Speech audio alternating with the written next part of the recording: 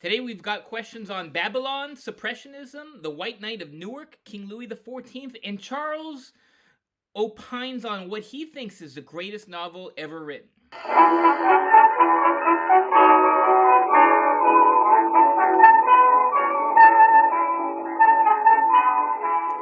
Welcome to another episode of Off the Menu, now being broadcast and podcast on the Crusade Channel. Talk radio the way it should be at crusadechannel.com. I'm your host, Vincent Franchini from Tumblr House, here with an Eternal, Charles Coulombe? Eternal, really? Yes. Eternity, ladies and gentlemen, is the state of the angels. Because, you see, eternity belongs to God alone, who has no beginning and no end. That's eternity. Okay. But eternity, the angels, while they have a beginning, they have no end. They don't die. They have a beginning, but they have no end. That's interesting. So there's only one eternal thing, which is God. Right. Speaking strictly. I mean, we think of eternity as basically from whenever we started to forever. But in reality, eternity is only no time at all.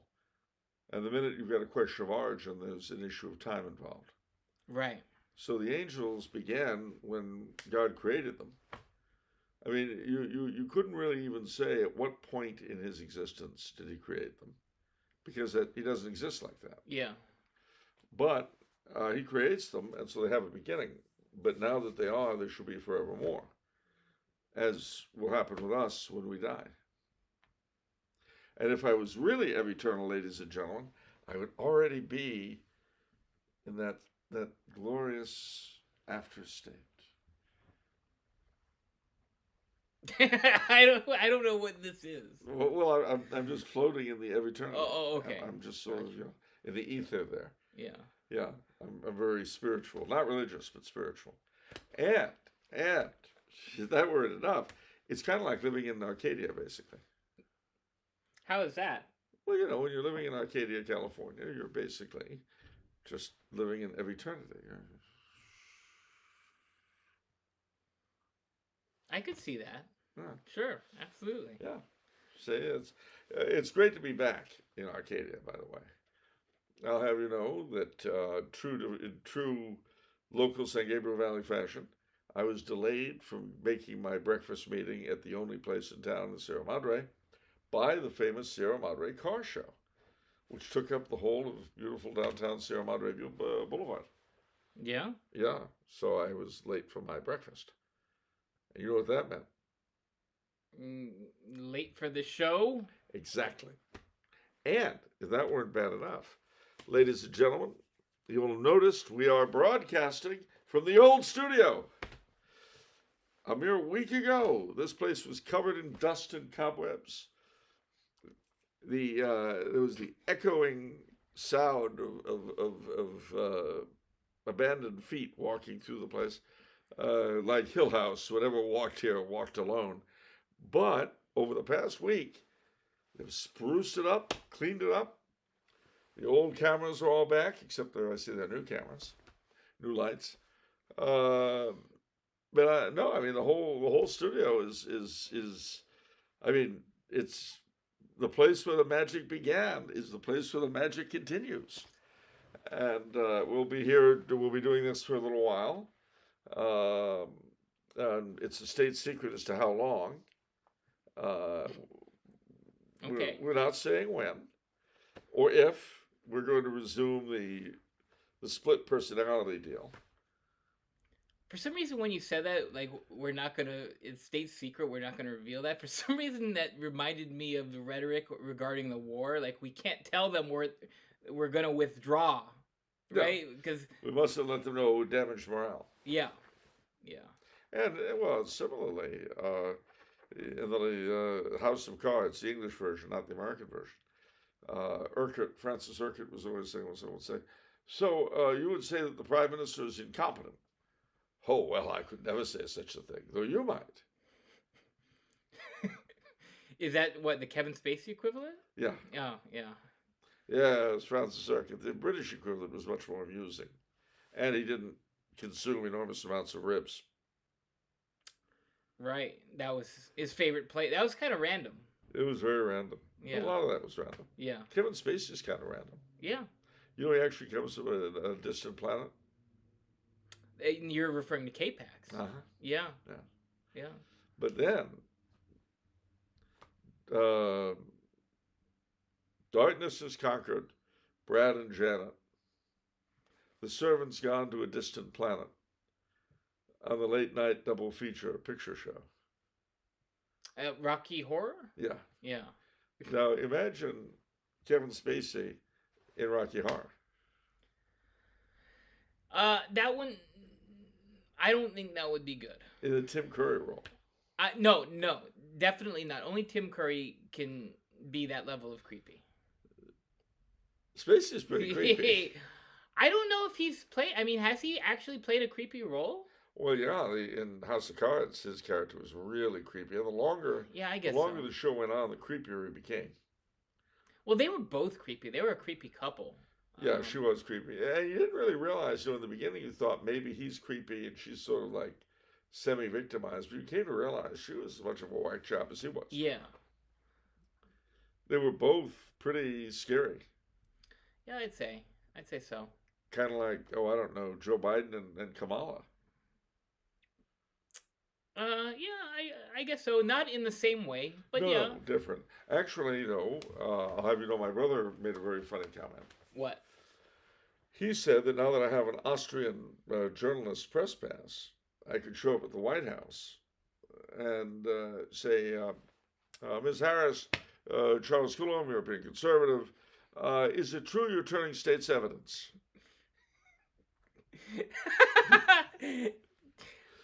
Just could randomly. you really do that?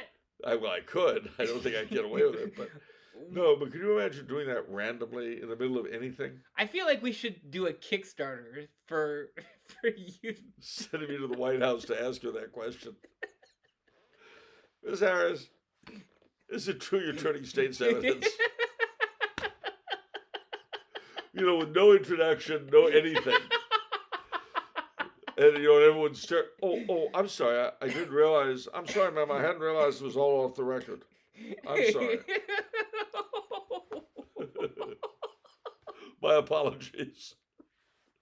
I didn't realize this was privileged information. If I had as much money as Elon Musk, I would make sure that would happen. It would be fun. I would. It would be fun. Oh, man. Expiring minds want to know. Oh, man, indeed. We have, Uncle Joe Biden. There's something about coming back to America, like Eddie Murphy could tell you, in coming to America. There's something about coming here that reminds you of the President of the United States. Well, it doesn't have the same atmosphere as you're telling me. So it's like more dumpy. Yeah, and so that makes you think of... It is more dumpy. That government job, so... It is more dumpy. But ladies and gentlemen, let me assure you that when you're living overseas, it is so much easier to be a rip-roaring patriotic American until you pass the embassy with its rainbow flag. Then it gets hard again. But then you forget about it. But never mind. Today is a very important day. Veterans Day? Yes. Veterans Day, Armistice Day, Remembrance Day. When, at the 11th hour of the 11th day of the 11th month, the guns across Western Europe went silent.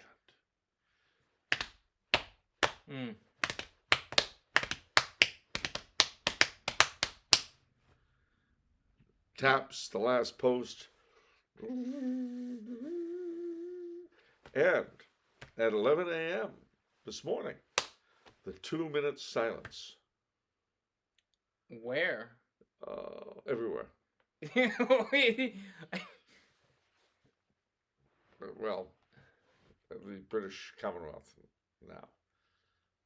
In what venue? Everywhere. Back in the good old days, before World War II, trucks would stop, traffic would stop.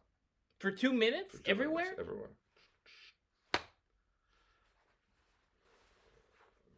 See, That's kind of cool, actually. It is. Red Yeah. poppy, ladies and gentlemen. But that's for English-speaking countries. The French use the blue cornflower, the Bleuet de France. The Germans use the Vergessmeinnicht, the forget-me-not.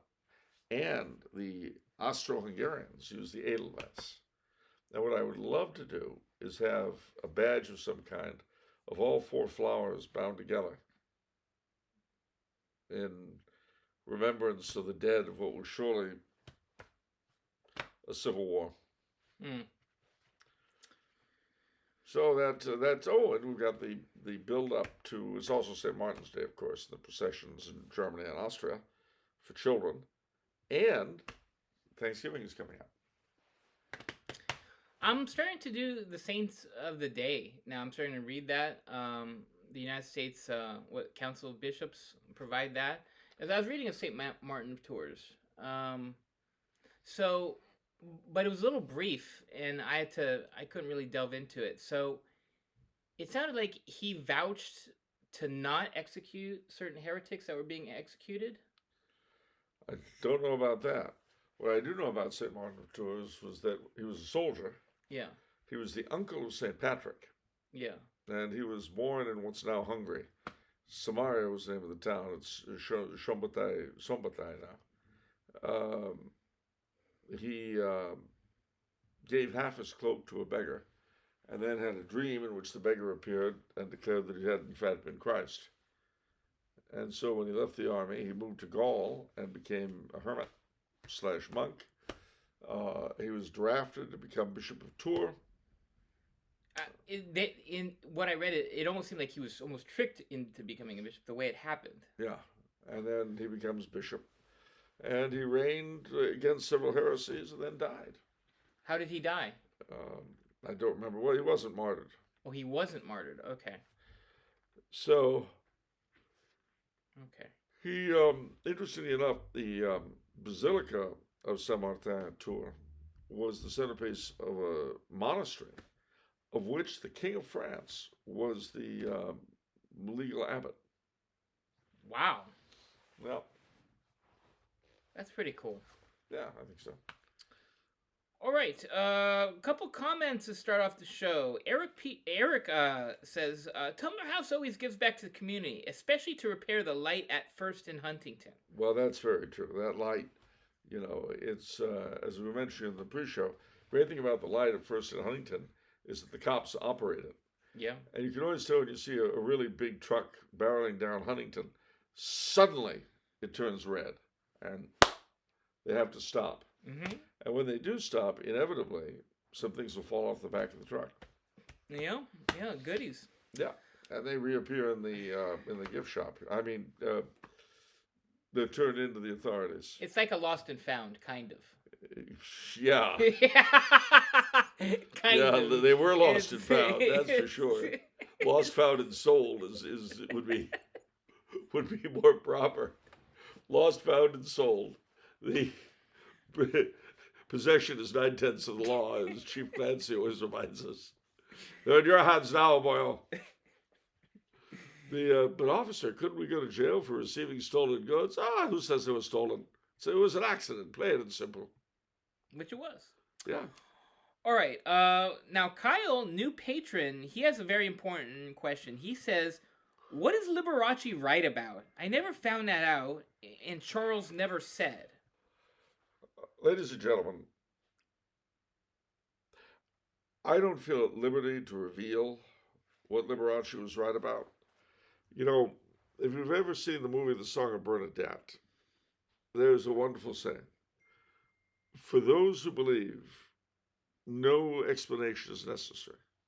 For those who do not, none is possible.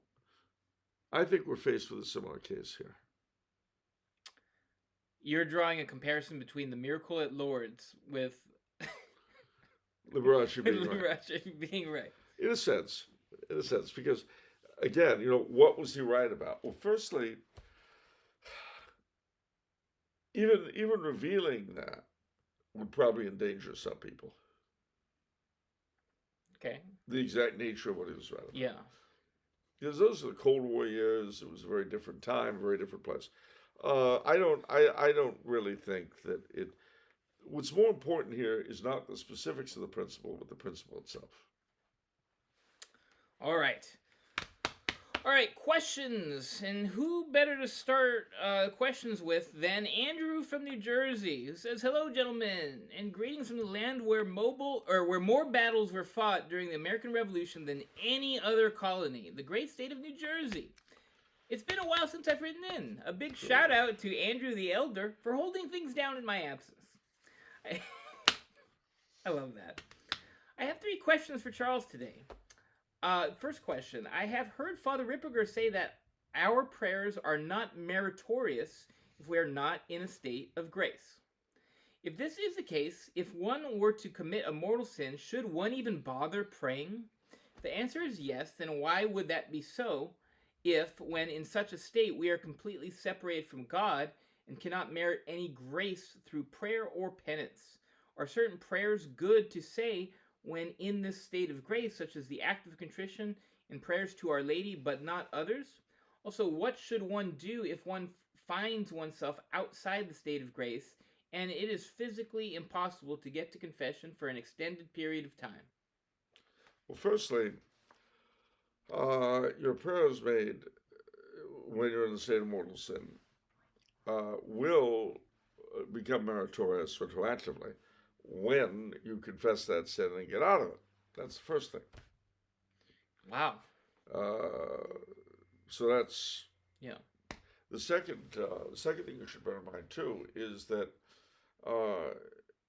your prayers to get out of mortal sin will definitely be heard. Prayers to get out of mortal sin? Yeah. What do you mean? Well, I mean, you've committed a mortal sin. You've been elected city councilor on the Democratic ticket. That's a mortal sin, I think. And so you pray to God that you somehow escape this mortal sin and Through return confession. to the state of grace. I see. Through confession. I see. Okay.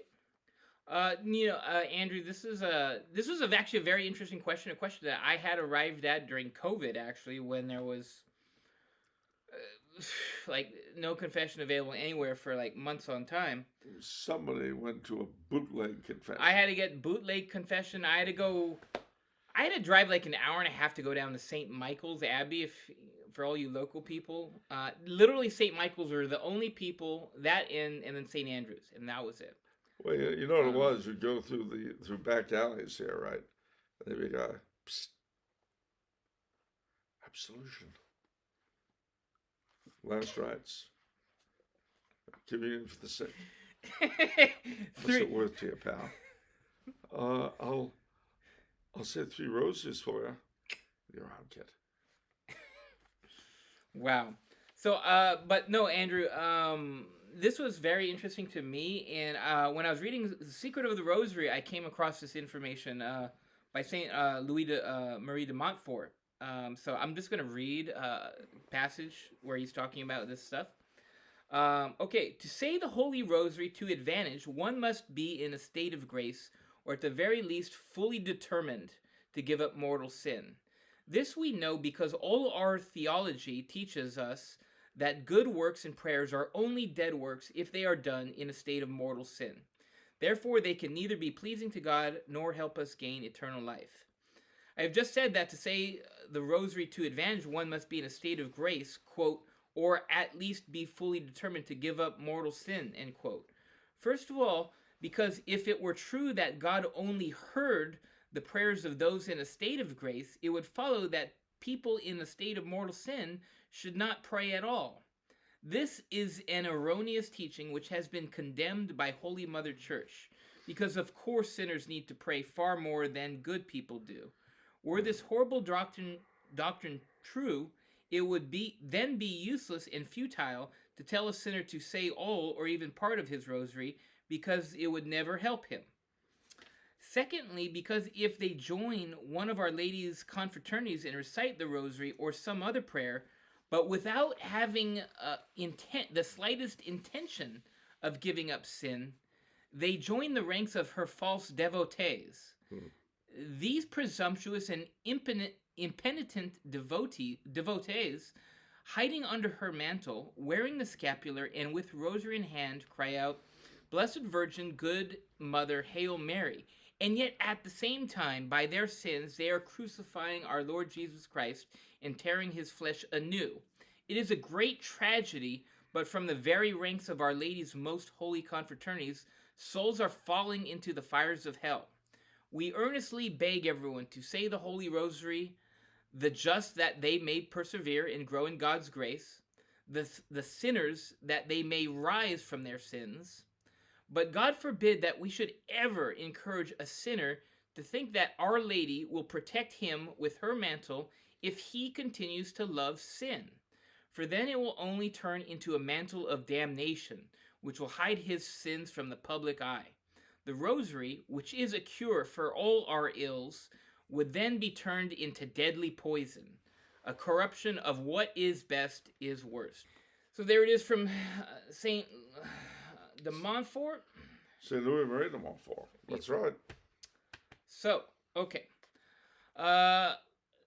So another question from Andrew. I have noticed some chatter recently in regards to the concept of supersessionism. Can Charles explain what supersessionism is? Also, is it a Catholic doctrine that we are bound to hold, or can there be disagreement on the issue? Supersessionism is the teaching that the Church is the successor of the Kingdom of Israel, and that the old law is fulfilled in the new. The Old Testament is a prefiguring of the New Testament, and that the Catholics of today are the chosen people, which is true. It's true. Now, mind you, that doesn't mean that the Old Covenant is completely pointless or obliterated. What it does mean is that for the Jews to really benefit from their original covenant, they need to be wedded unto the New Jerusalem. And of course, we know that at the end of time, this is going to take place. But it has already taken place bit by bit as individuals and small groups of Jews become Catholic. There was a group, they may still be going, I don't know, in Kentucky, called Remnant of Israel, which are all Jewish converts to Catholicism, but the name was actually, I thought, very fitting, because they were, by virtue of having become Catholic, they were a remnant of the true Israel. And in them, the old law was fulfilled. They had become Catholic. Yeah. Just as the Mass is the fulfillment of the sacrifice of the temple, which was the prototype, the antitype of the Mass. I think you said something long time ago, a joke, where what is a church hierarchy but a bunch of dumb goyim doing a Jew's job? Jew's job, yeah. That's right. That's the great tragedy of the church.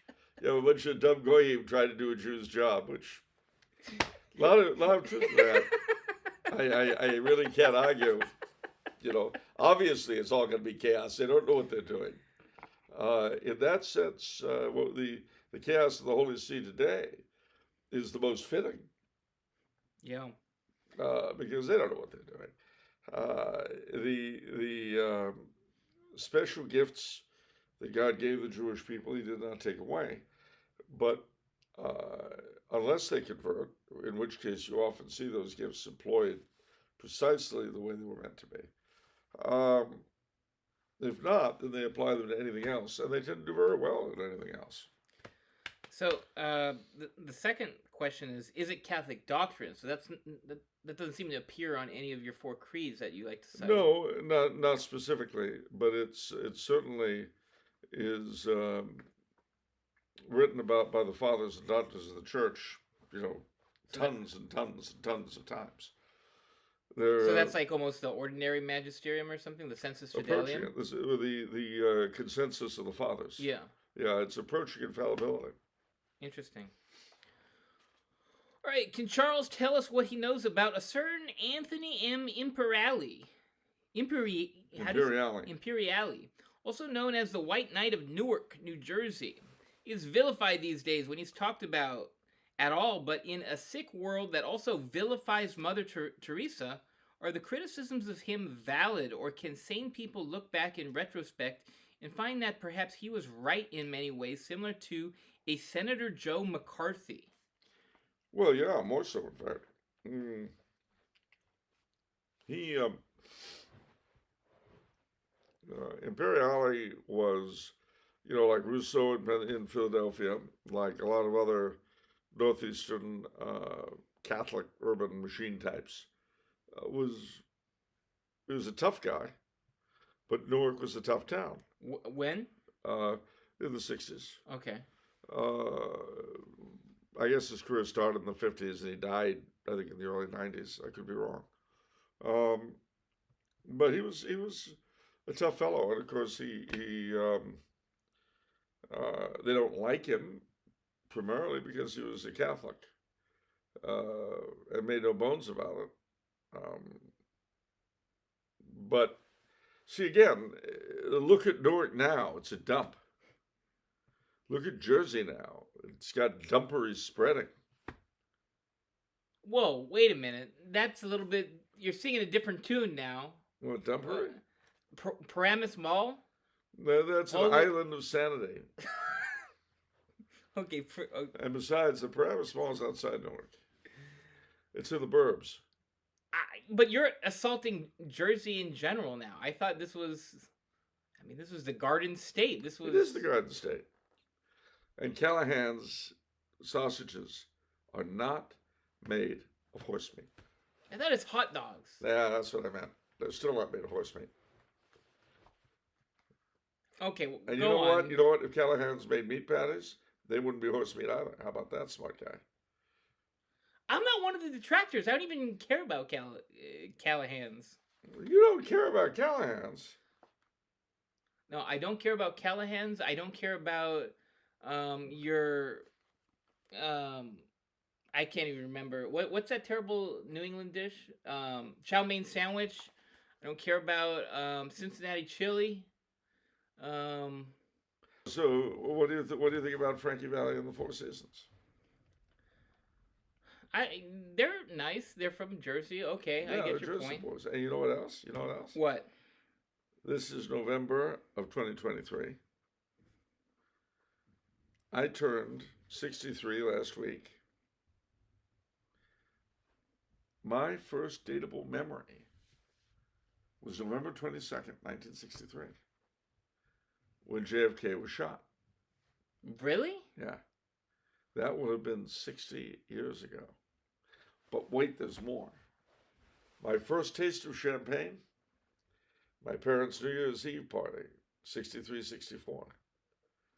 Oh, what a night. Late December back in 63. What a very special time for me. As I remember, what a night. Okay, I think Frankie Valli sang with a slightly different context, but okay. Yeah, well, let me tell you something. With me, it was my first bit of booze. Let Frankie Valli worry about his own self. At the age of 4? Yeah. Oh, no, the age of 3. And you remembered that? I remember it very well. Did you like it? Uh-huh. I sat on my grandfather's lap and he fed me from his glass. They ruined you. Well, the funny thing was, this lady was watching this and she says, "What are you doing?" Grandpa says, "I am corrupting my grandson." That's for sure. And then she said to my mother, "Do you see what your father is doing?" And my Alexa says, "Looks like he's corrupting my son. Why do you ask?" That's called gaslighting. Because suddenly it was the woman's problem. What is she doing? Sticking her nose into that kind of business. But I repeat, oh, what a night. Late December back in 63. What a very special time for me.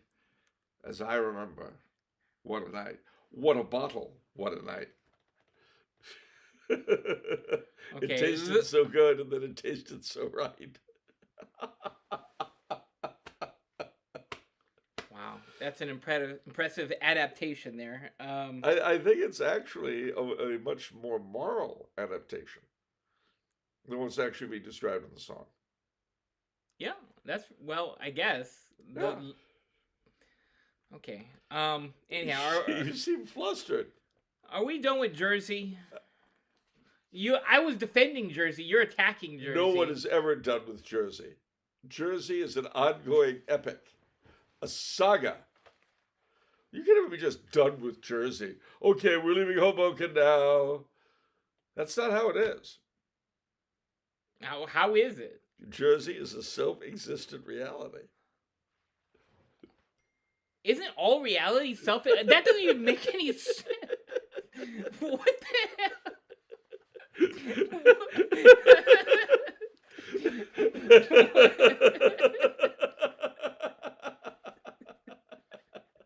Well, there is that. All reality is self-existent, or it's not reality. But if you can say it of everything else, you can say it of Jersey. Okay, great.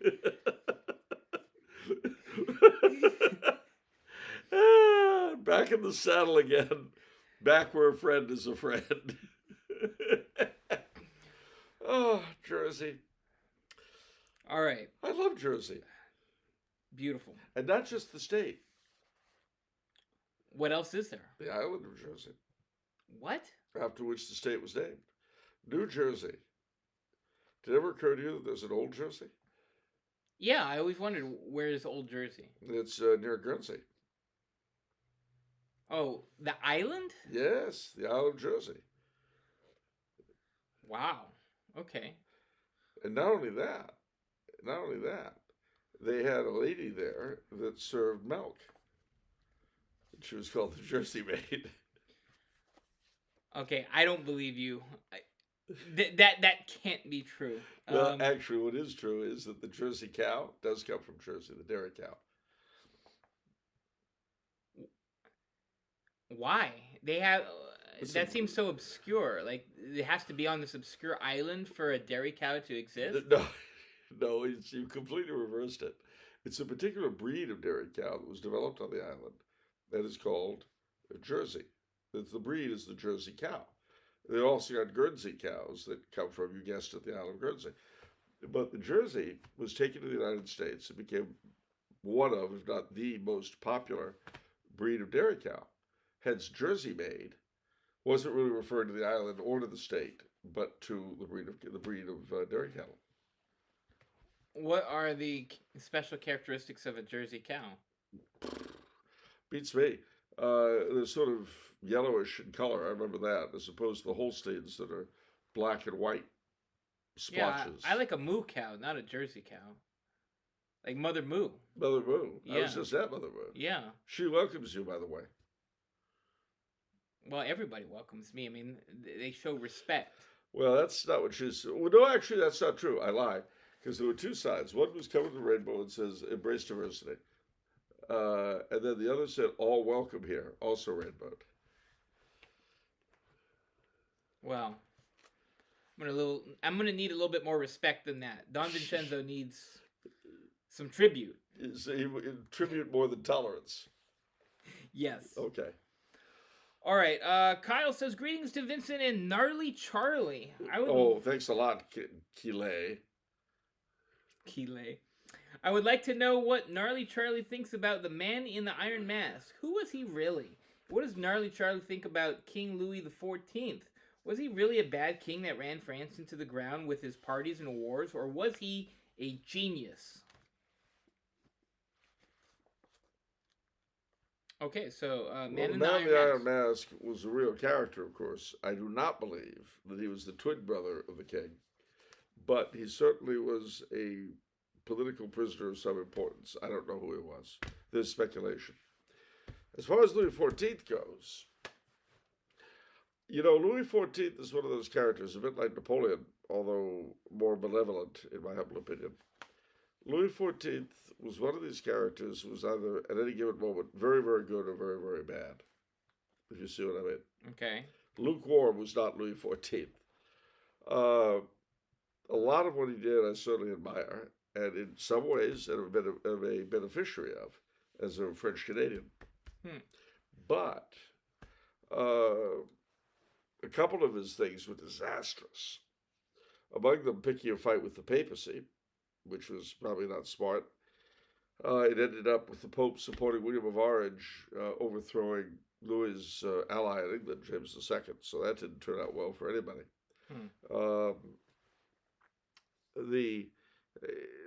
But his carrying on the inherited struggle with the Habsburgs that's one of the worst things for Catholics in European history. Yeah. Was the 2-century-long struggle between the French and the Habsburgs. That should never have happened. Quite simply, it should just never have happened. That having been said, though, who doesn't love Versailles? The palace? Yeah. Yeah, it's beautiful. Who doesn't love the innumerable interior improvements that Louis XIV brought to his dominions? And, to be fair, his problem with the Habsburgs did allow him to force the Turks, who were his allies, to guarantee the position of the Christians in the Holy Land. And that came directly from him and because of his alliance with the Turks. So the good and bad, and his good and bad were sort of elevated by the fact that he himself was such a big individual. Right. I don't like how you skipped over the Man in the Iron Mask, because I feel like while you're doing that, by the way, silence your phone. You're always getting these messages, and you know what? It shows contempt for the audience. Oh, don't even start on me. Let me tell you something. Just like when you're eating food, it shows contempt. The peanuts back in Austria. That upset people? Yeah, that upset people. What about the cornflakes? The cornflakes? When I was eating cornflakes on the show, did that bother people? Sure. How about the baked potato? The turkey dinner during our Thanksgiving broadcast. All right, what's the next question? Did that get in people's way? That bothers them a little. Okay. I don't know. I'm just asking. I'm just saying, cotton candy, was that a problem? All right, so Can you imagine I was sitting here and licking away at a big thing of cotton candy while you're asking questions? That would really look interesting. That would. Man in the Iron Mask, I mean, you simply say it's a political prisoner. Yeah, to me, well, I guess... Well, see, the thing is, there was the novel by Dumas, I think. Or was it Victor Hugo, one or the other? Right, so it's the twins. Yeah, and the idea is that in order to preserve France in its free and civil state, in order to prevent a civil war, the one of the twins, the older twin, I guess, was considered weaker and was stuck away, and he was the man in the Iron Mask. And the fear was that, and the attempt was, to basically replace Louis with him. Yeah, well, yeah. It was Dumas. And because it's the same cast of characters as you had in The Three Musketeers, only some years later. Right. And so... Because it's D'Artagnan's. Right. Yeah. So the idea is that what they were going to do, because Louis XIV was turning out not to be a great ruler in their eyes, to replace him with his twin brother, who would be, to a degree, under their control. Right. And that fails, of course. It was a little bit the inspiration for The Prisoner of Zenda. Okay, so what is the historical account of the Man in the Iron Mask being real and existing? There being a prisoner with an iron mask on. There were records of it being transported from one place to another. Well, I turned it off, so I can't look it up. No, that's okay. But there were references to such a prisoner, but there were guesses as to who he might be.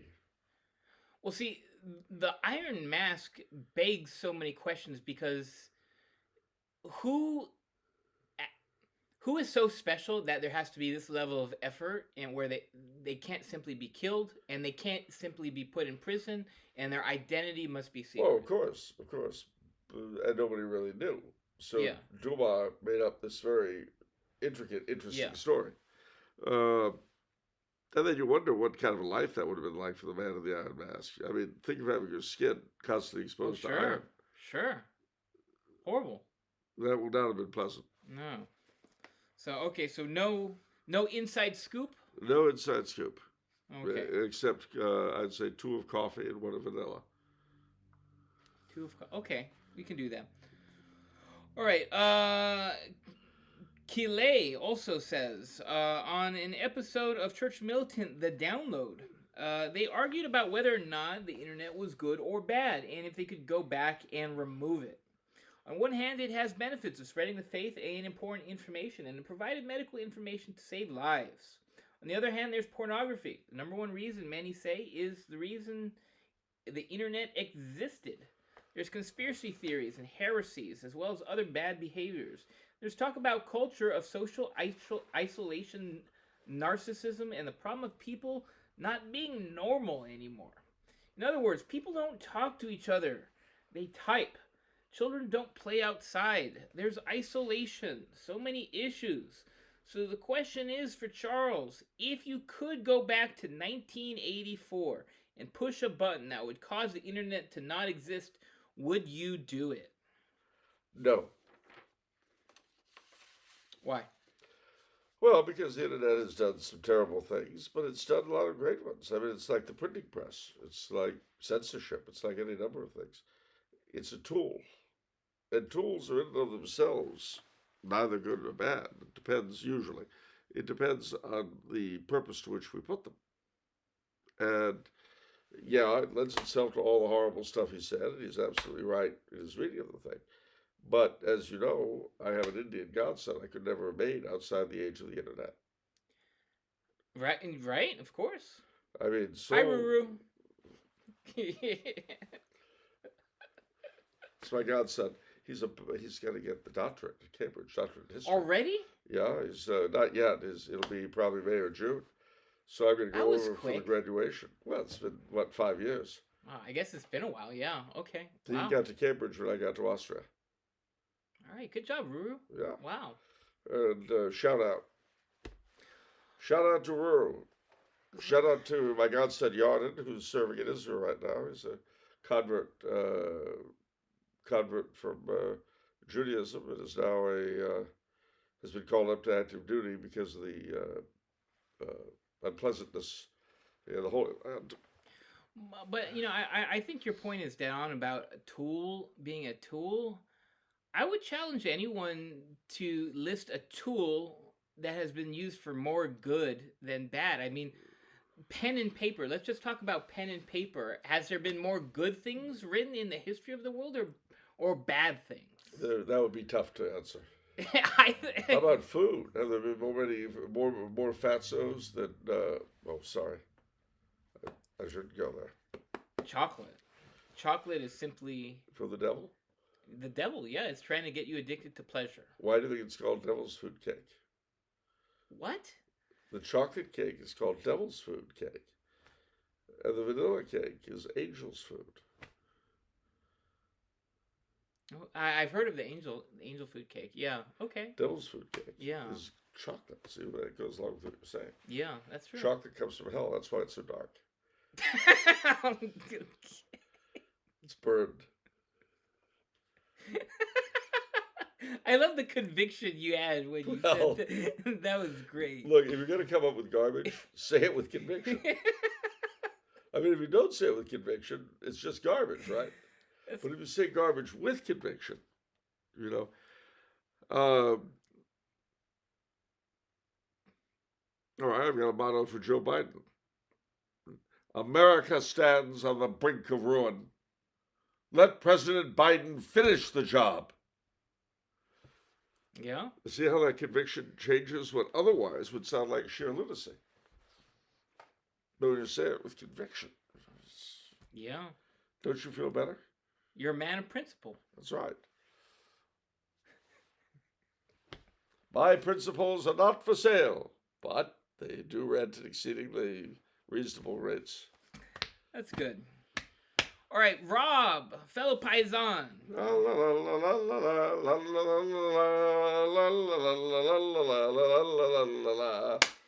So he says, respectful greetings to Don Vincenzo and Monsieur Charles. Respectful, see? That's what I'm all about. Respectful. Yeah, respect. Unless a man has respect, he has nothing. Why do you think the Manicotis don't cross the river, little Carlo?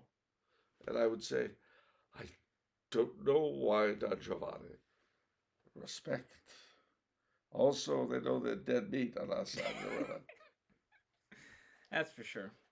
All right, Rob has 3 questions. First question. He says, I briefly caught a tidbit about Eugene of Savoy on the radio. Savoy, yeah. Apparently it was Eugene, not Ian Sobieski, who finally turned the tide against the Muslims in Europe. Would Charles please shed some light on Eugene's story and how the Ottoman Empire went from feared rival to weak third party in just 2 centuries? Well, it didn't happen all at once, but Prince Eugen of Savoy, Eugene de Savoy, was a cousin of Louis XVI. He was a member of a junior branch of the House of Savoy, and he initially started out in the French army, but Louis XIV, and he got into, I forget what it was, but they got into a dispute, and so he went to the Habsburgs. He was a junior commander during the siege of Vienna in 1683. He was a junior officer in Vienna at the time. And Jan Sobieski, he broke the siege. There's no doubt about that. But within a few years, Eugene of Savoy had become the emperor's primary commander, and he cleared Hungary of the Turks. He pushed them out of Transylvania. He pushed them out of Serbia. Just a few years later, in the 17 teens, they fought the big war. Pardon me. The Ottomans fought the great naval war with Venice and Portugal and Spain and so on. And then in the 1730s, they fought Austria again. By the time all these wars were over, although the Turks still had everything south of the Danube, they were no longer feared. So, you see, one thing is that militarily they were not very flexible. So their tactics, which had been very successful against a different kind of foe, became useless against the newly organized European armies. And then, again, they just were not quick enough. They were not able to adjust more quickly enough to respond to the European threat. So then, from that time on, the maintenance of the Ottoman Empire became a question of what was convenient for the European powers. In other words, like China for a while, the Ottoman Empire's continued independence was primarily based upon the policies of her enemies. She was kept going because they needed her to be there, because to get rid of her would cause far more trouble. Right.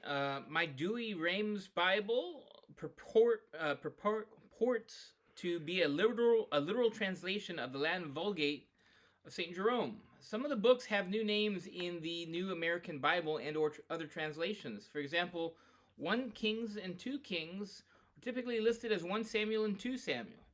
My puzzle is, I see Esdras listed as Ezra and 2 Esdras as Nehemiah.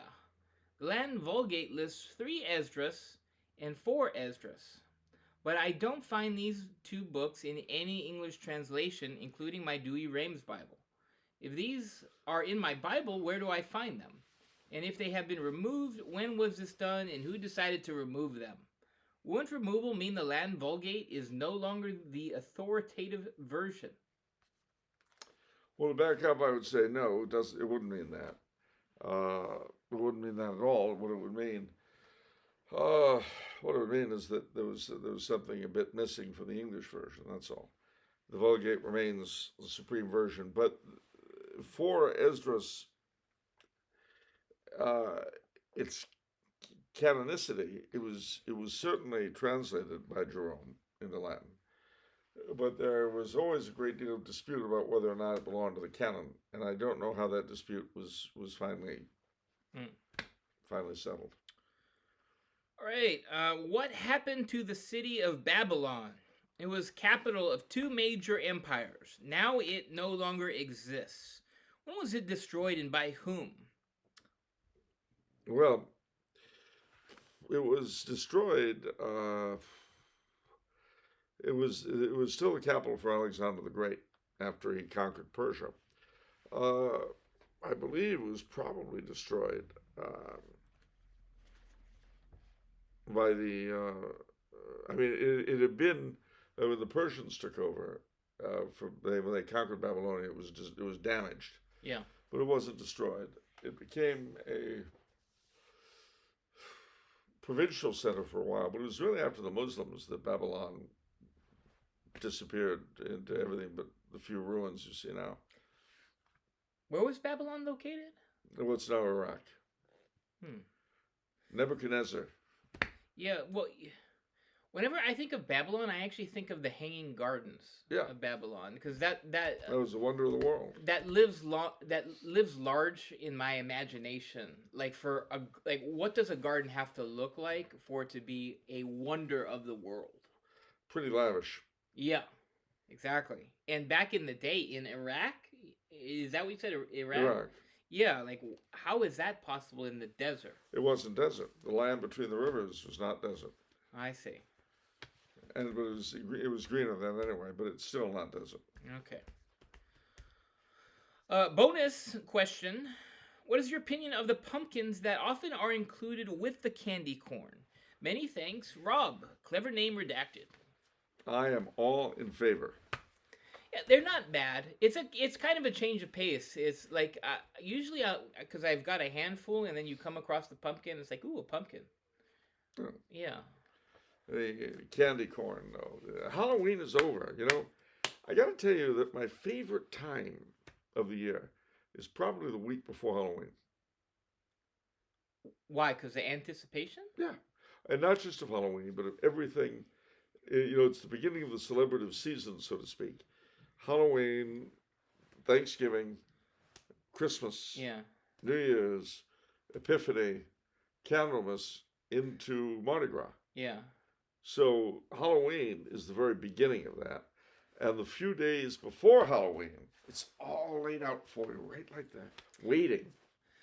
My coworker had a really funny calendar that kind of illustrates the way, I guess, moderns approach this season, which is, you start with the Halloween season, then right after Halloween, you go into the Christmas season.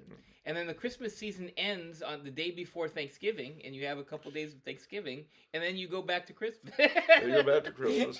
And Christmas ends on New Year's Day, and then you go into Valentine's Day. Yeah. Because you've got all the hearts for sale. Yeah. And then, when that's done, you see all the green stuff for St. Patrick's Day and the pastels for Easter. That's right. They don't do Lent. No. But I am trying to turn your Easter colors into a thing, the white and gold. Yeah. Yeah, that's so good. Yeah. All right. 2 questions from Will to finish off the show. He says, "Hi, what are the thoughts of Charles on the Pre-Raphaelite painters of the 19th century?" Oh, am I glad you asked that question. You know why? Why? Pre-Raphaelitism was an important current in the totality of Romanticism. And as you're about to hear, it had some important elements that affect you right now, right here. So wait, I'm a little confused. So what does Pre-Raphaelite mean? Oh, you want me to define it? I just know the painter, the Renaissance painter. Raphael, yeah. But how could Pre-Raphael be in the 19th century? So it's not referring to him. Yes, it is. Okay. Proceed. What do you want me to explain? Yeah. All right. Well, basically, you had a group of painters and poets and artists, people like Holman Hunt and Rossetti, William Morris, and some other folk, who wanted to return to the religion and the culture of the Middle Ages. They called themselves the Pre-Raphaelite Brotherhood because they saw Raphael as the epitome of the Renaissance, and they wanted to go back before the Renaissance. Okay. So religious themes, literary themes, chivalric themes, that was what they painted. Now, they themselves were an important part, as I say, of Romanticism in Britain, late Romanticism. They had various connections with the Oxford movement, Anglo-Catholicism, the Cambridge converts, which were a group of Catholics, Roman Catholics at Cambridge. And they were a very key element of the neo-Gothic, neo-medieval revival in England in that era. Okay. But they, in turn, were connected with that and with something it produced called the arts and crafts movement. And the arts and crafts movement went all over the English-speaking world. It went to very, very far-flung places. And one of the strange, faraway provinces the arts and crafts found a real home in was California. What, the houses? Wait. Some of them, yes. Yeah. Think of the Gamble House? Bingo. Okay. That is the epitome of the California arts and crafts. Mm. And if that weren't bad enough, what we call the California bungalow, yeah, it's all part of it. And that has a direct connection to ultimately the Pre-Raphaelites. Plus, Art Nouveau comes out of the same thing. So we're talking about a series of interconnected movements, none of which would have been quite the same without the existence of the others. So what do I think of Pre-Raphaelitism? It's great, both in and of itself and the influence it had. Well, I'm kind of at a loss because 19th century is some of my favorite art in terms of paintings. So he says specifically, what are your thoughts on Pre-Raphaelite painters? Well, so can you name some of these painters? Well, as I say, Rossetti, Holman Hunt, oh golly, what's his name?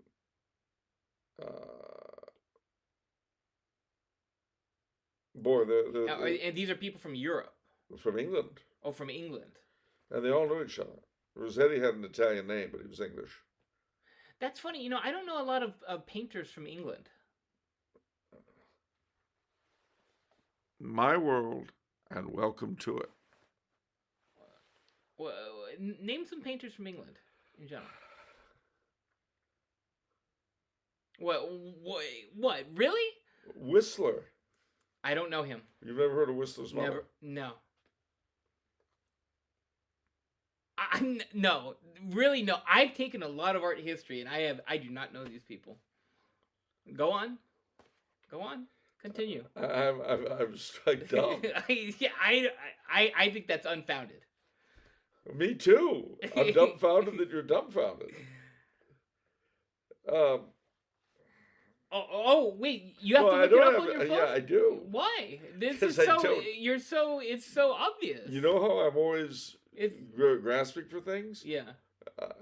I'm really grasping right now. I'm deer caught in the headlights, but I'm going to show you, and you're going to be so sorry.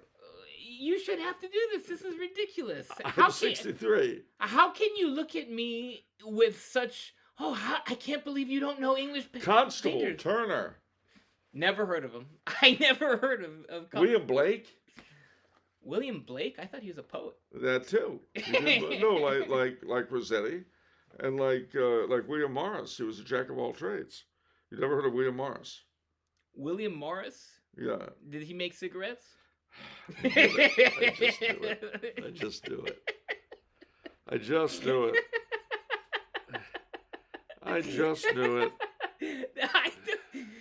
All right, I'm going to show you some Pre-Raphaelite. Those are a whole other different group. Pre-Raphaelite paintings. Yeah. And you tell me you honestly don't recognize them. Okay. That's the best way to do it, I think. There's all this stuff about Bishop Strickland and the Pope. I don't want to look at that right now. Yeah. This is a happy time. My happy place. Pre-Raphaelite Brotherhood.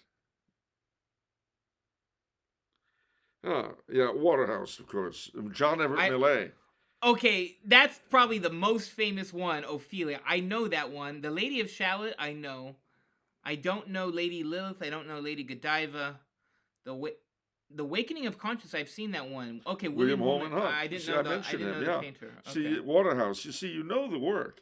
You just don't know the names.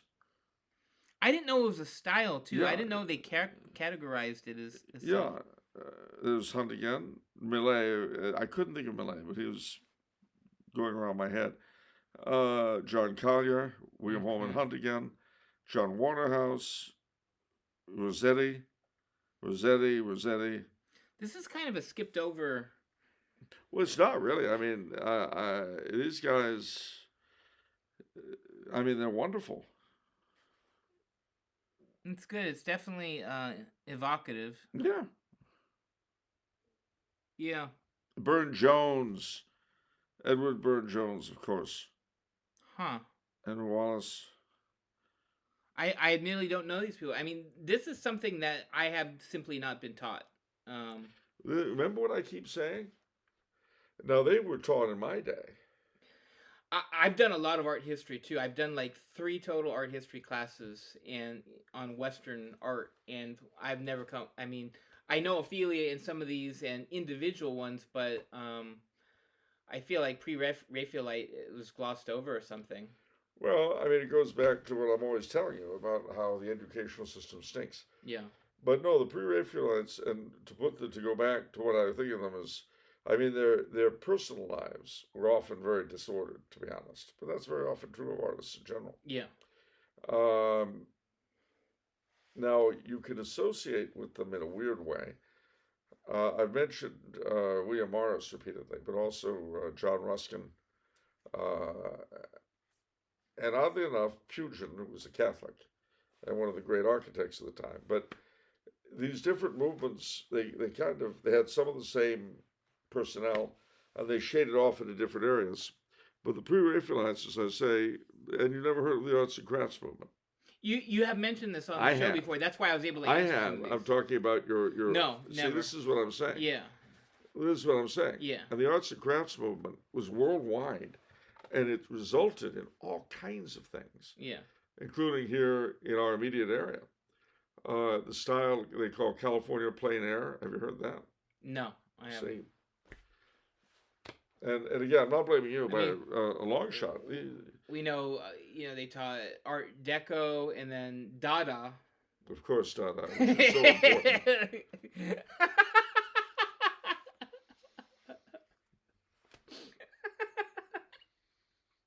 Of course they taught Dada. I bet they taught all sorts of abstract art. Oh, yeah? Oh, yeah. Yeah. Of course they did. Yeah. See, here's the problem. When you're being taught crap, it's not just that you're taught crap. Yeah. Not by itself. You're also not being taught important stuff. Because you only got so much time in a day. Yeah, in art history, I feel like the tipping point where it goes downhill, it all begins with Picasso. Yeah, and then from Picasso on, it's just like, okay, I'm not interested in any. But see, notice that was where they put the emphasis. Yeah. And the same is true in literature. Yeah. The same is true in architecture. You have this mid 20th century point, anywhere from 1930 to 1960. It varies whether it's poetry or theater or whatever, sculpture, whatever the art is. But you had, in the mid 20th century, you had a tipping point for this sort of organic development, which, mind you, it had feuds and fights and all that. But it was a human organic development. And then suddenly you come to the mid 20th century, it stops. Now and again, that might be in 1930, depending on the art. It might be in 1950. Yeah. Might be when. But then, After that, you have this garbage. Yeah. It's not all garbage. I mean, I don't want to overgeneralize. There's some good things in there, but Yeah. by and large, it's garbage. So what the modern flailing around stupidly educational system does is it teaches you the garbage with precisely the same detail and complexity that it should be teaching you all the rest of it. Yeah. And then what they don't tell you is where the garbage really came from. They don't explain the origins. I mean, even with Dada, to be honest with you, there were some interesting things in Dada, just as there were in the Surrealists. Yeah. But unless you understand the real art that dominated at the time they came in, it doesn't make any sense anyway. Yeah, I mean, the big names that we studied after Picasso would be Kandinsky, of course, Jackson Pollock, and Andy Warhol. Of course. Of course. Devout Catholic. So is Joe Biden. Although, frankly, I have more faith in Andy Warhol than Joe Biden. Yeah. If you ask me who would I rather, whose eternal salvation would I rather share, Warhol's or Biden's? I mean, it'd be a tough call, but I'd go with Warhol. Okay. But no, I mean, you know, it's the same in music. It just drives me crazy. Yeah. And again, you know, you ask, why couldn't I think of these people? Deer in the headlights. Yeah. But, I mean, you know, where this was brought up to me at school with poetry. I had a group of my classmates in my room. And I found out that none of them enjoyed poetry. And they had been taught poetry in class. And what were they taught? They were taught Sylvia Plath. They were taught Angela Milo. They had never heard of Lord Tennyson. They had never heard of Byron. I myself, I know these people by name, and I know their big names, but I'm hugely deficient in reading them. Well, because you weren't taught, and you weren't, you know, I was noticing a book here, which is one of the many that aren't props. Poems. Yeah, that's the one. Imagine this, ladies and gentlemen. This is a book. When did this come out? That's the old one. Well, yeah, it's from the before time. 1931, definitely the before time. All right. It's called, are you ready for this? Can you imagine? Poems for Enjoyment. Yes. Not for dissecting in some academic, moronic setting. For enjoyment. For pleasure. See, all of the arts we refer to, remember I talked about that break? Remember that? Huh? The arts before that break were human. They were meant to be enjoyed. Are you seriously going to tell me that the average person is going to look at Jackson Pollock and say, wow? Really? You think so?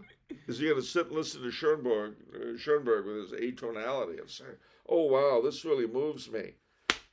No, he's not. Yeah. But anyway, we got, who we got here? Florence Wilkinson, Margaret Whittemore. Oh, now see, the factories. A view of a factory girl's life. All about factories. This has got a lot of social stuff in it, I must say. But they've got a lot of other stuff. Robert Burns, Thomas Hood, Robert Herrick, Gather your rosebud while you may, and of course William Shakespeare. I should read this. This is just some really good stuff in here. Yeah, there is. Lord Tennyson. There's lots of good stuff in here. The Sands of Dee by Charles Kingsley. Requiem by Robert Louis Stevenson. Yeah, I mean, and these are thrown together purely for pleasure. The Death of the Hired Man by Robert Frost. The Listeners by Walter de la Mare. Oh man, these are so good. I can't help myself. The listeners is quite short, actually. There, it's de la Mare. It's short, and this is what poetry can do for you. Now, bear in mind, ladies and gentlemen, the average reader, or the average listener, I should say, like yourself, has no more. We don't know the backstory. We don't know anything about what you're about to hear. The listeners. Is there anybody there? Said the traveler, knocking on the moonlit door, and his horse in the silence champed the grasses of the forest's ferny floor. And a bird flew up out of the turret above the traveler's head, and he smote upon the door again a second time. Is there anybody there? He said. But no one descended to the traveler. No head from the leaf-fringed sill leaned over and looked into his gray eyes, where he stood perplexed and still. But only a host of phantom listeners that dwelt in the lone house then stood listening in the quiet of moonlight to that voice from the world of men, stood thronging the faint moonbeams on the dark stair that goes down to the empty hall, hearkening in an air stirred and shaken by the lonely traveler's call.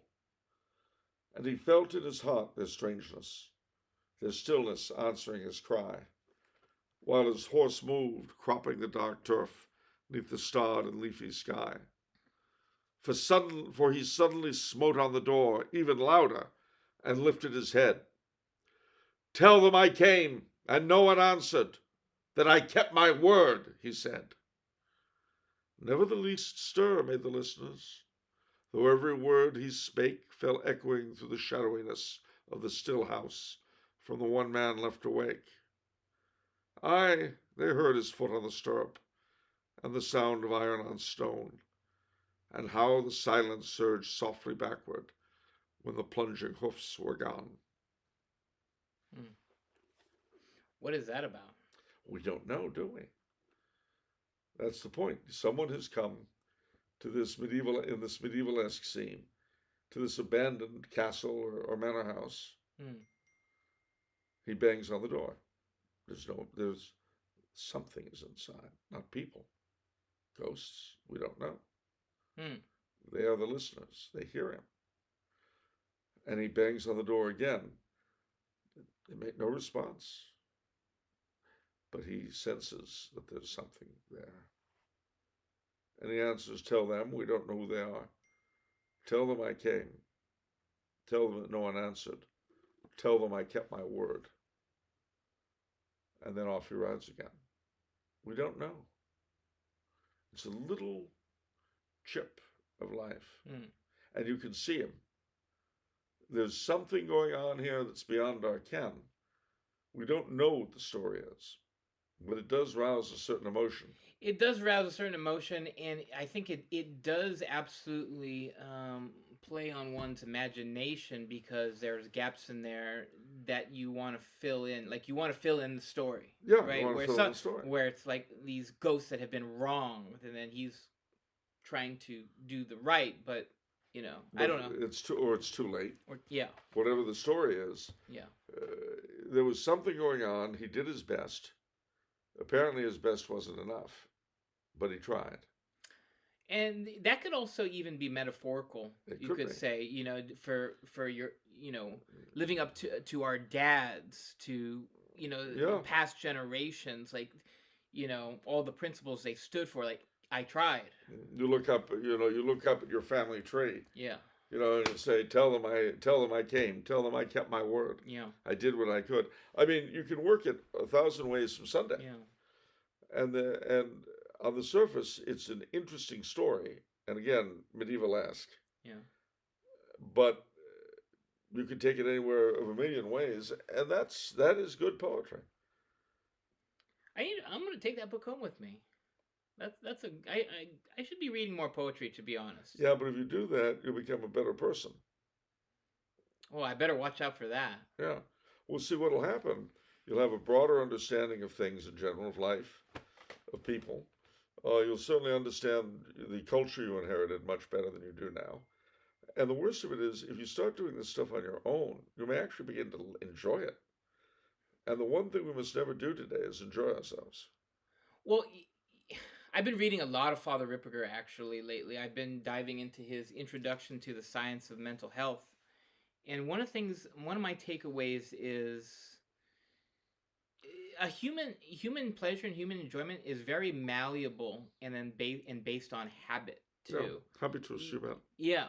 So that's really inspiring to me, that how so much we can form what is good and what is not. Like, we don't have to be stuck in a certain rut where we derive pleasure from.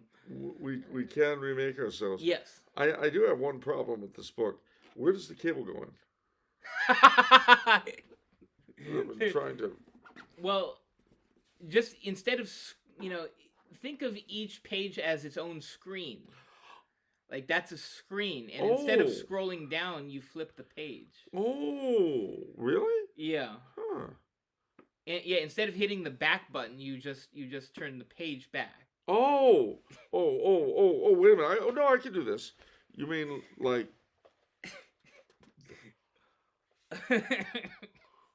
Look! Yeah. It's another screen. It's another screen, yeah. There's a lot of screens on this. There's lots of screens. Oh, and you know what, too? It doesn't matter about the Wi-Fi. The Wi-Fi goes out. No, yeah, I know. It doesn't click. It doesn't click. Yeah, there's limited functionality, but it's personal. It's intimate. Wow. So this is what our ancestors used for computers. That's amazing. Yeah, that's what they use for computers. Mm-hmm. Well, that's amazing. Yes. Wow, I had no idea. How strange. All right. This leads nicely into the final question today. A very good episode. I've enjoyed it a lot. I think everyone at home has enjoyed this, to be honest. But Will says, in the opinion of Charles, what is the greatest novel ever written and why? The greatest novel ever written was Love's Torn Bodice by Anita... Oh. When is that? It was a romance novel, never mind. No, seriously. I told you I went to a Romance Writers of America banquet, didn't I? You told me about the bodice ripper genre. Right, but I never told you about my adventure at the Romance Writers of America banquet. No. Many, many years ago, the late and much lamented Erwin Zucker, who was my PR man at the time when my first book came out, at the American Booksellers Association convention, primarily because he wanted to troll for more business, I suspect, but he lured me into a banquet for the Romance Writers of America. And these ladies were a bunch of sort of would-be Barbara Cartmans, a lot of them wore feather boas and things like that. Okay. And then, but it was all pleasant, and I don't mind a free chicken dinner. But he introduces me to the then president, and there was sort of a crate by her chair that was making cooing sounds. And I said, "Ma'am, what are those?" And she said, "Oh, they're doves. We're going to release them during the dinner." And I looked at her. I said, "Ma'am, I really wouldn't do that if I were you."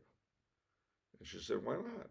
I said, "Ma'am, doves are white pigeons. If you let those things loose in this dining hall, well, have you ever seen what pigeons do to statues in the park?" I feel like people shouldn't need to be told such things. You think that? I'm glad you feel that way. Your faith is in humankind is touching. It's naive, I guess. Well, I prefer to say touching. Naive, it implies such contempt. But no, it's. I'm really glad you feel that way. So I explained to her that we were all moving targets if she let them loose. So instead, what we did was, after the meal was over, we took the crate of doves outside and released them, and they all flew up, and they were not hit by hawks, unlike the ones that got it in, or it actually happened to the Holy Father. Did it? Yeah. He released a dove at some ceremony, and a hawk nabbed it. Are you serious? I'm quite serious. That's like it was Bill Biersack's book. Just like it. Isn't that funny? Wow. Well, you know, Life imitating art, imitating life, imitating art. These people could all learn. Shame my dad's not there to tell them about pigeons and doves, because people are probably wondering what this thing is here. Vito, first place, East Course Combine. My dad used to race pigeons. It's true. Where they would take them all in this truck, and the truck would drive Northern California, places like Redding, stuff like that, let them out, and then my dad has a pigeon coop, and all the pigeons, they fly in, and we take the band off their leg, and we clock them, and all the the pigeon racers, they see which pigeon's the fastest. Initially, the top floor of this tower was covered with pigeon cages. Yeah. And they used to fly back and forth. Yeah. And while Vinny's father would be busy with the pigeons, his father's uncle would be busy with business. That's right. And well, that's that habit was from New York, Yeah. where everyone's got pigeon coops on their roofs. On the roofs of the tenement buildings, you would see them. Isn't that interesting though? I mean, what did that emanate from, kind of? Because that's Well, you'd find. I mean, the people who lived in those sorts of houses, of those buildings. Remember, these are people who were coming primarily from agricultural backgrounds. I'm talking about first generation. Yeah, first generation. Okay, they find themselves in this city. Mm. What do? Well, they raise things on rooftops. They raise plants in window boxes. I mean, that was a big part. Yeah, that's true. And it's not just the Italians who went in for that. I mean, a lot of urban dwellers from rural backgrounds, they would basically make things as rural as they could. So you've got the pigeons on the roof. You're growing, I don't know, tomatoes or something in the window box. And, it's all you can do because you're living in an apartment on the bloody Lower East Side. But that's interesting. Well, that's inspiring in a sense too, because it's you have this familiarity, this setting that you love, but you go outside of that for bigger and better things, for your family. Yeah. And that's removed from you, but you still find a way to make it like home. A bit, yeah. And that was, I mean, it's also why they went in for the flower boxes and things like that. Yeah. And why it was so important during the summer to open up the fire hydrants. Yeah. Because there were no municipal pools. So right. They would open up the fire hydrants so the kids could play in the street. Right. Yeah, I mean, it was urban life was very, very difficult and very tough in the 19th and early 20th centuries. But our ancestors, and I think an awful lot of Americans have ancestors that go back. I mean, not just New York, but Philly and Boston and any major city, Chicago. An awful lot of our immigrant ancestors lived difficult lives in crammed urban settings.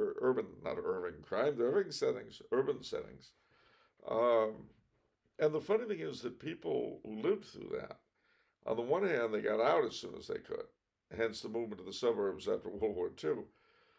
But man, it would never leave their imaginations. And my all-purpose old neighborhood reminiscence. Yes. Well, that actually, if I've heard it once, I've heard it 1,000 times. Yeah. Usually some old guy living out in the burbs, and he says, yeah, it's nice out here.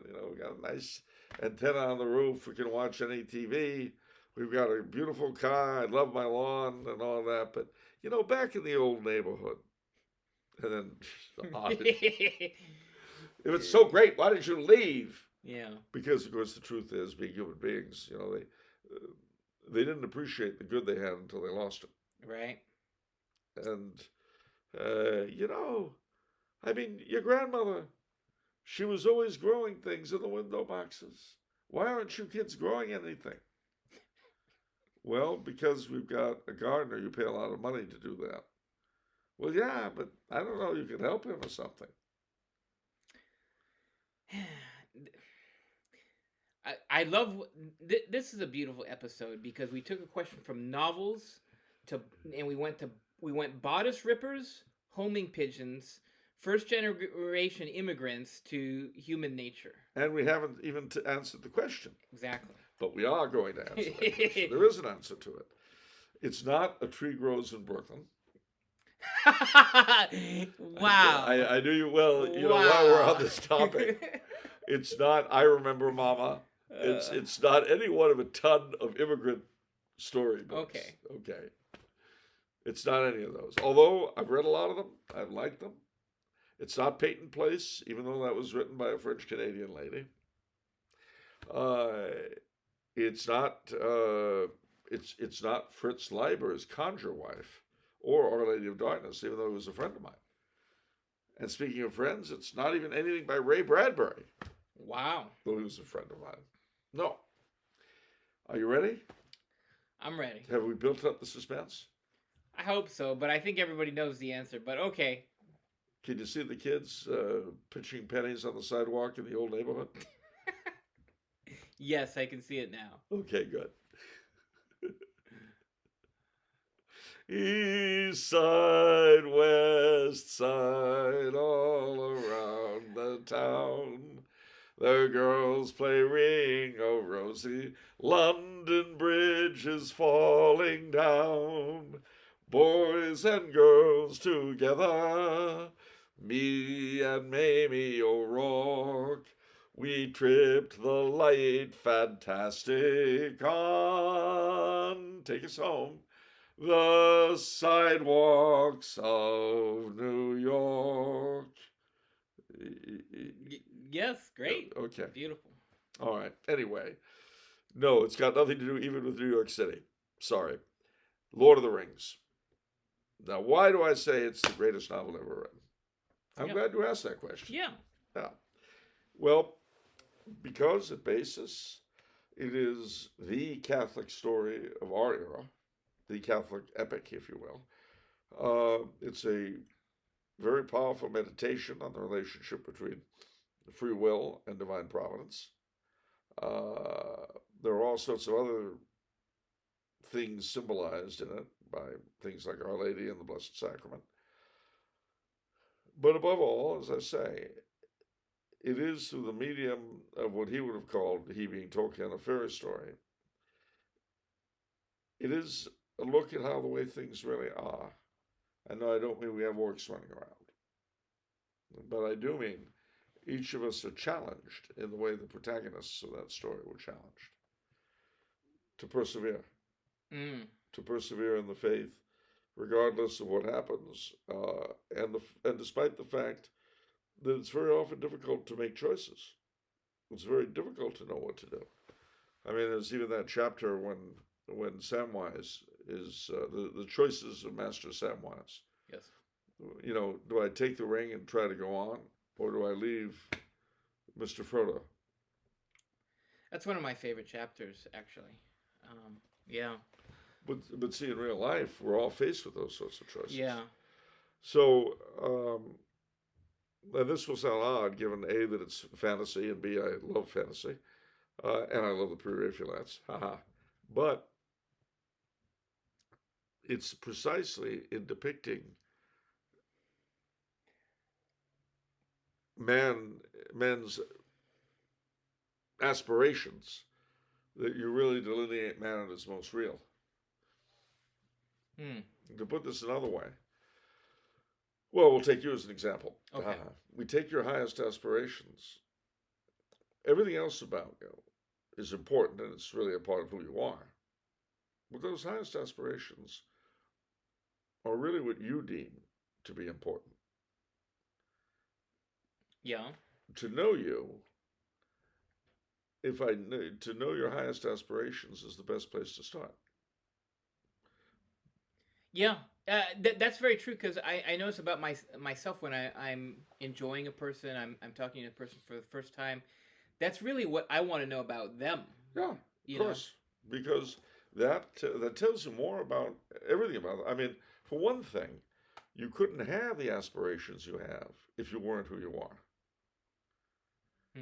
Yeah. So, in other words, if one of your highest aspirations is to read Dante in Italian Okay. Um, and that's really, you think that's the most wonderful thing going. Number one, it tells us a little bit about your religious background, quite possibly. Yeah. Number two, it tells us that you've got some connection with Italian culture. And even if we didn't know your name, that would be true, because nobody aspires to learn a language or to be able to read or work in a language unless he has some real connection with that culture. Yeah. I mean, even if he's not ethnically a part of that culture, he has some tie to it. Sure, of course. And the fact that you want to read Dante in the original and not some other Italian work in the original, that also, Yeah. all these things give us a better picture of you than even your CV would do. Definitely, that's definitely true. So how does that tie? So that's interesting. So this is something we've done a whole episode on this, by the way, on it, sort of talking about our love for Lord of the Rings, and so if you want to know about, like, if you want the deep dive, that episode is there for you. But so aspirations. Okay, so let's apply that to the characters in Lord of the Rings. Okay. Let's start with Aragorn. What's Aragorn's initial aspirations? Well, his aspiration remains the same all through it, actually.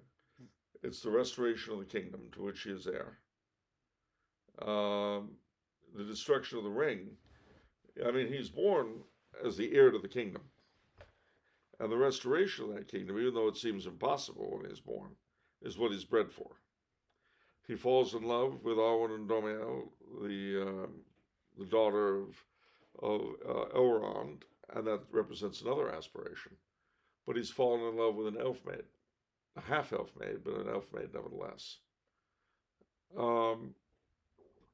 And that too tells us something about him. It tells us that it isn't simply about him. It isn't simply about the mundane. In time he aspires to help destroy Sauron, because of course Sauron is the greatest block to the restoration of the kingdom and to the happiness of Middle-earth, which the happiness of Middle-earth and the restoration of the kingdom are intimately connected. And the destruction of Sauron is required for that to happen, and then that means the destruction of the ring. Defending the Shire against enemies is part and parcel of what a proper king would do. Because bear in mind, he's actually the rightful king of the Shire. Right. Yes. And the Thane, as we remember from the introduction, is only the viceroy of the king. Yes. So in defending the hobbits, he's defending his own subjects, even though they don't know it. Right. That's interesting. I didn't think of it that way. I didn't know he had that mentality as a ranger. That's what I was trying to sort of. Well, as one of the characters said, well, I thought he was just a ranger. I said, what did you think they were? That's interesting. The Rangers of the Dune. They are the northern equivalent of the top men of Gondor. Faramir and Boromir are, you might say, the class equals of the Rangers. Marxism in Middle-earth. I'm sure someone's written some idiotic thesis about that. The class structure at Gondor was just awful. It was just terrible. And you orcs were oppressed. From both sides. They have this Sauron, who's understandable because, he's a charismatic leader like Che Guevara. And then you've got the orcs just discriminated against constantly. I mean, look, dwarves can say nice thing about elves and vice versa, even though they hate each other, right? But everyone dumps on the poor orcs.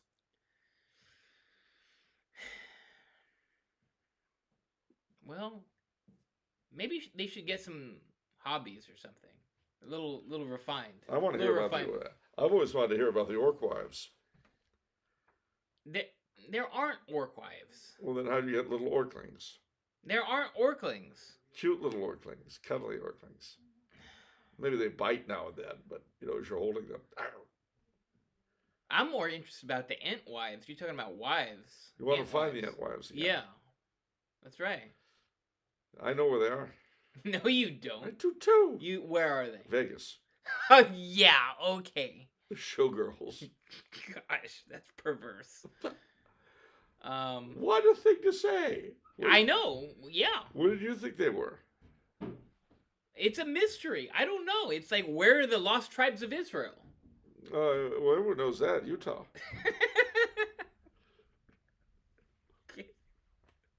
Look, all right, let me make it simple for you.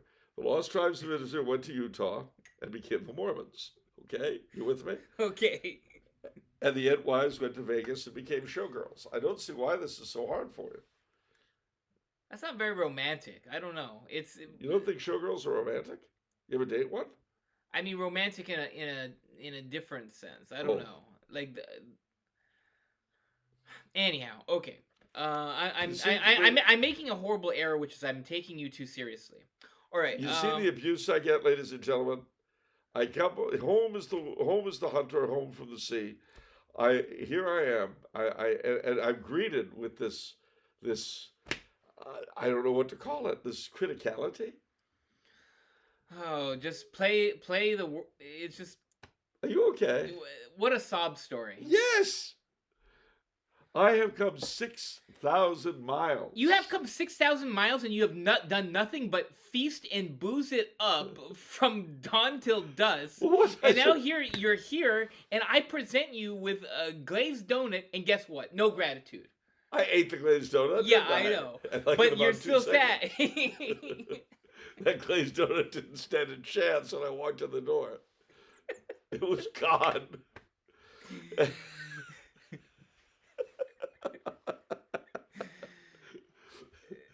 This is what I'm put through, ladies and gentlemen, and then I'm accused of being ungrateful.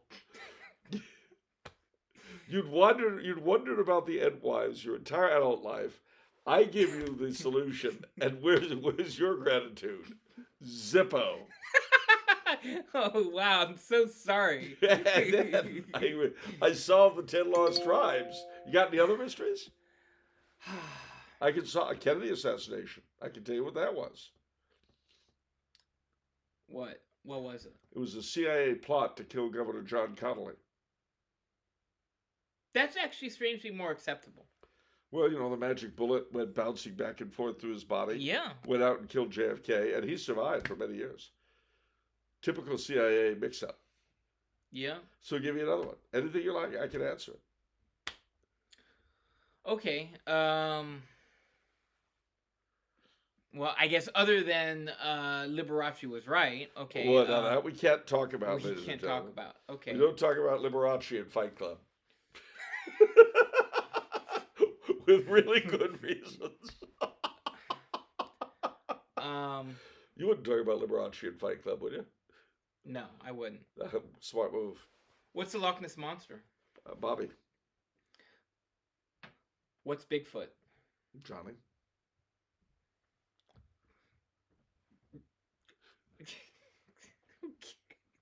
Okay. That's just ridiculous. Answer your question. Bobby and Johnny. Those are their names. Bobby the lake monster, and Johnny the Bigfoot. What? What did they have names? They had names. Those were the answers in rapid fire succession. Oh yeah, you gave rapid fire questions. Bobby and Johnny. Yeah. Yeah, you gave rapid fire questions. They gave rapid fire answers. What are you expecting out of me? 6,000 miles I have come with these answers. 6,000 miles. Okay. Bobby and Johnny, okay. Got any more?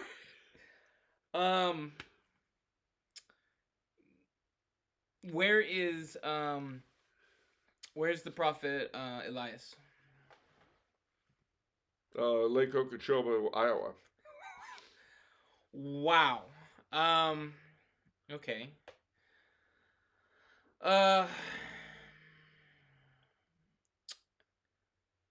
Is Elvis dead? Elvis can never die. Elvis lives on in each of us. He lives on in many Vegas wedding chapels. He lives on as the acme of American elegance. Elvis Presley spoke for a whole generation's needs and aspirations. Elvis Presley, I have been recently to a scale model reproduction of his home at Graceland in Denmark. I showed you that. I showed you the statue of the king. Yeah. Yeah. I mean, there were two of them, really. Elvis and James Dean. And between them, they summed up an entire generation's hopes and dreams for a better tomorrow, for a better future. Dreams that were sadly shattered by cruel reality. But even today, some of us keep the faith. Some of us trick or treat for UNICEF. Okay, well, I don't think I can stump you because you can your fail-safe is just to utter gibberish. Gibberish? Yeah. What, you say there's no such place as Denmark? What? What did you say? There's no such place as Denmark? Yes, is that what you're saying? That's not what I'm saying. Why would you think that I would say that? You said I was uttering gibberish minutes after I mentioned I'd seen a statue of Elvis in Denmark. And you accused me of uttering gibberish. So I'm saying, do you disbelieve in Denmark? Oh, I've never seen Denmark. See? I'm on to you, pal. I know what the deal is. Basically, if you have, as far as you're concerned, if you haven't been to a place, it doesn't exist. That's the story here.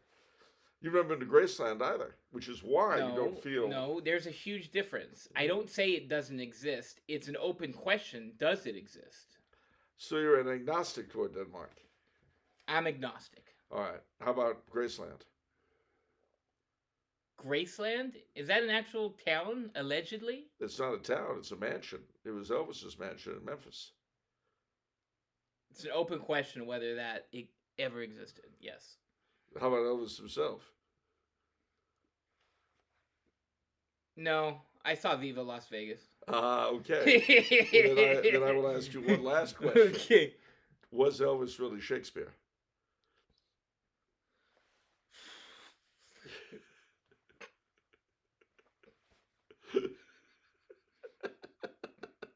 It's an open question for investigation. It has to be. See, it has to be. Ladies and gentlemen, remember, agnosticism is the last refuge of the confused. Wow. That's very true. In a sense, so to speak, kind of. Wow. But I mean, you can escape anything with an agnostic response to it. And I'm going to let you all in on a deep, dark secret. Uh-oh. Toward just about anything outside the Catholic faith, I do tend toward agnosticism. Well, that's obvious when it comes to cryptids, obviously. Yeah. And the like. Even if they're not named Johnny or Bobby.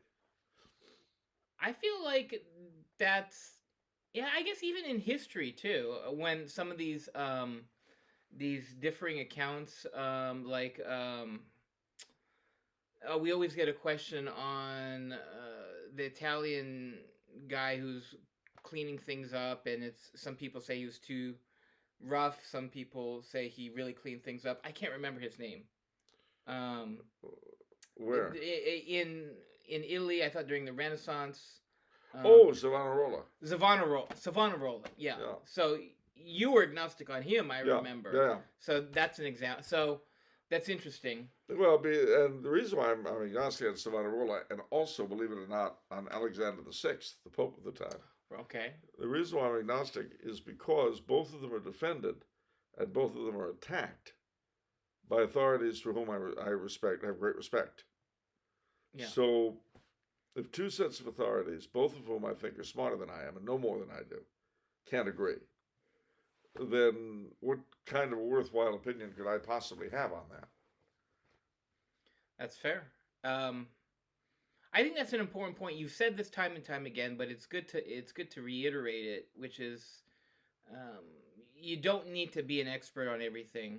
No. You don't need to have an opinion on everything, especially if you just did a Wikipedia search on it. You No. know, And so then you do a Wikipedia search, and you get a lot of other opinions, of course. But it's it's all Babylon.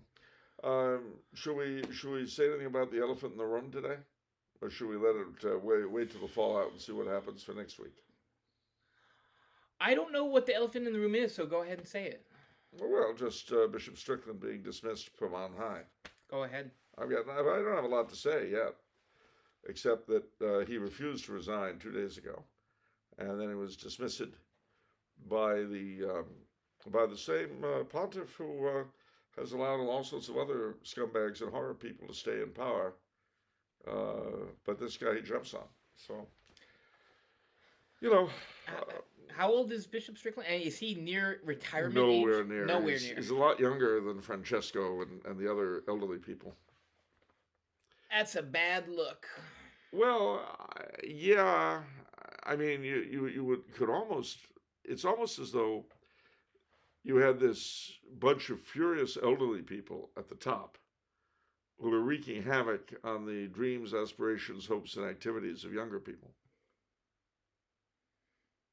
Yeah. If you wanted to cast the whole thing in generational terms, which is not entirely true, but not entirely false. I do feel that these sorts of actions, particularly this one, which is especially head scratching, is going to be entirely counterproductive. Oh, well, without a doubt. I mean, don't forget, this is done just after Tuchita, the little creature he's got running. Yeah, your buddy. Yeah, my buddy Tuchita. Yeah. Tuchita. Yeah. This guy issues this thing saying that trans people can be godparents. Well, he does that. That's good. That's fine. That's good. And Strickland gets the old heave-ho. One of the best ways to provoke disrespect for an office is to misuse it. For instance, if you're a cop, right? Yeah. You're a policeman. Now, normally when you see a policeman, like, Officer Clancy, walking his beat, perhaps, by night working as a bartender down at Mr. Cacciatore's down on Sullivan Street, across the medical center. Oh. But you see the guy in his uniform, and your first reaction when you see a cop in uniform is respect. Yeah. That's your first reaction.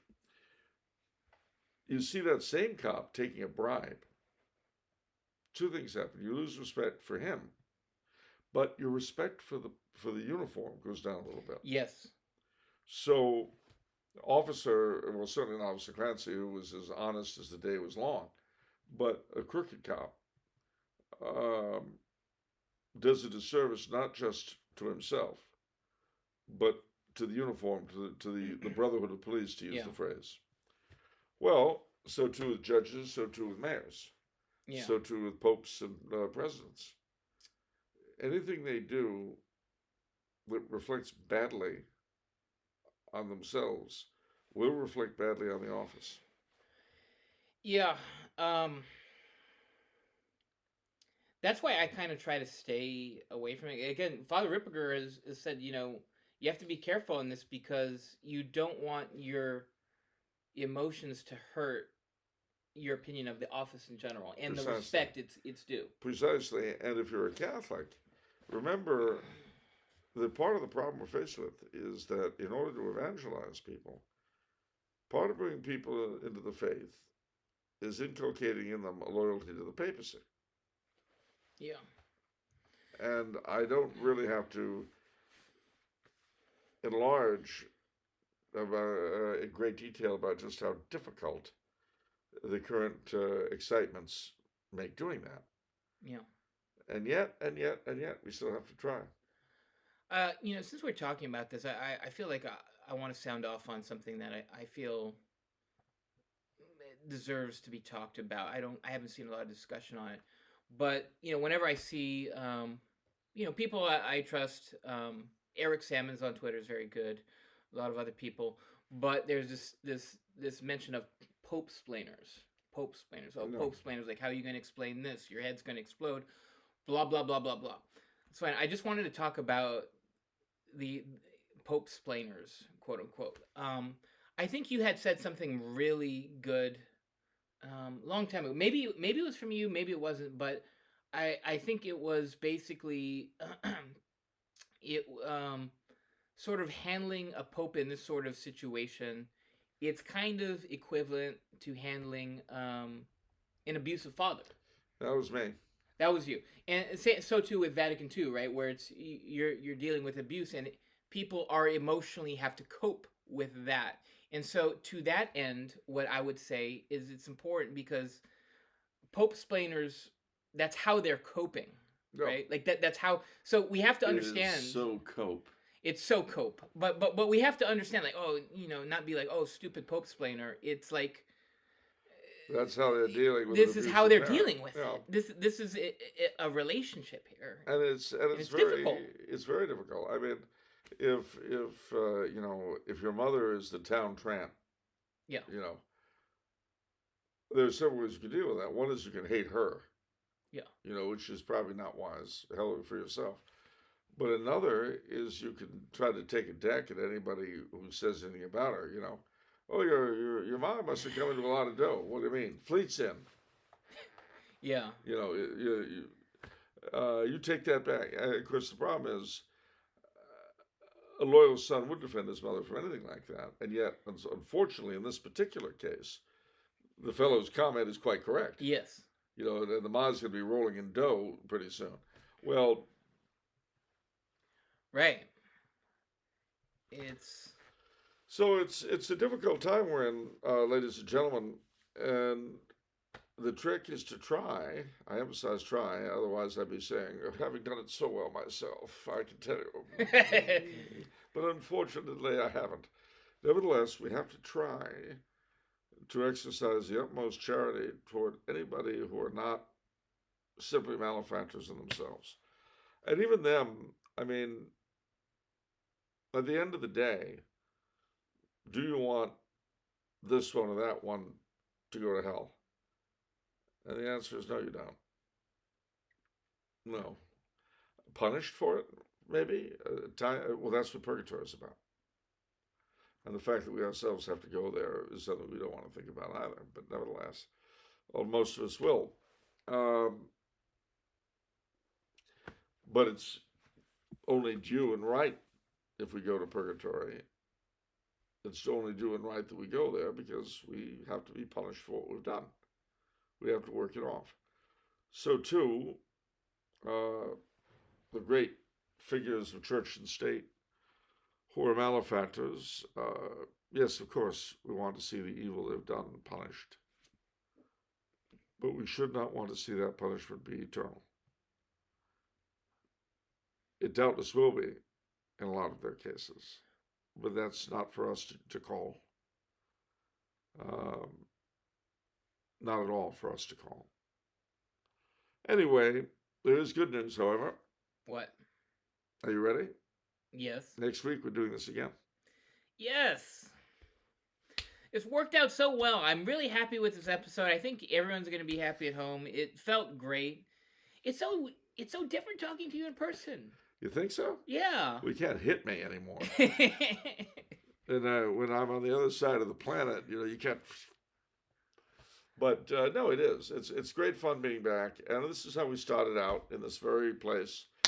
We were in the same. We were like this, or were we the other way around? I don't remember. We were always like this. You were always against that wall. Oh, all right. Yeah. Yeah, I can see why. It's very convenient. Yeah. No, well, ladies and gentlemen, if you pass out in the midst of a broadcast, it's good to be able to. Never mind. Anyway. Any questions for me today? Any questions? No. No, we're done. We're approaching That's the what I'm 2 hour. I see what you're saying. You see, 6,000 miles I'm away, and what do I come back to? He said, "Oh, food and booze nonstop until it's time to start the show." Well, yeah, a few creature comforts, ladies and gentlemen. A little bit to refresh the inner me, that's all. And as for nonstop,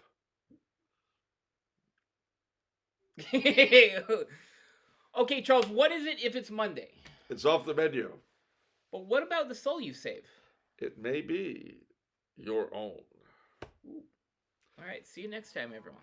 God bless you all, and remember the valiant dead of the great wars.